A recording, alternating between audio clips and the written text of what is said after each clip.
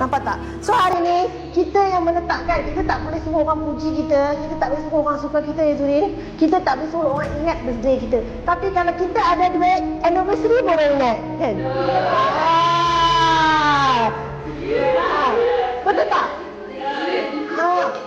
Oh, saya sampai mana Bina Arif? Oh, tu nak telefon. Dia sibuk tu, kerja tak habis. Cuba kalau aku tak ada kerja main telefon, tu nak beli dengan you. Kelebihan.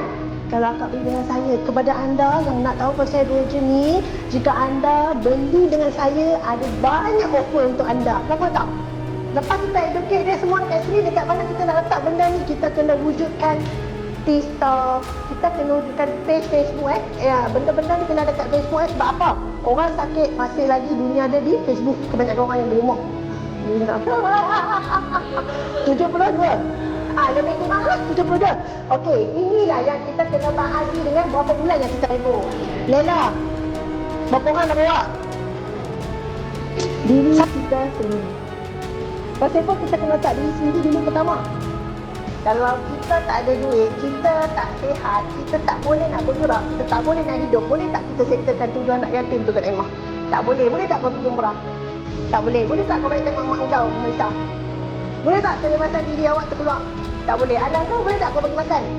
Tak boleh. Jadi penting tak diri sendiri? Ramai orang yang berkhidmat, dia hidup hanya untuk orang lain. Tapi diri dia Sebab tu bila dia dapat duit, orang lain dulu. End up, aku buat apa?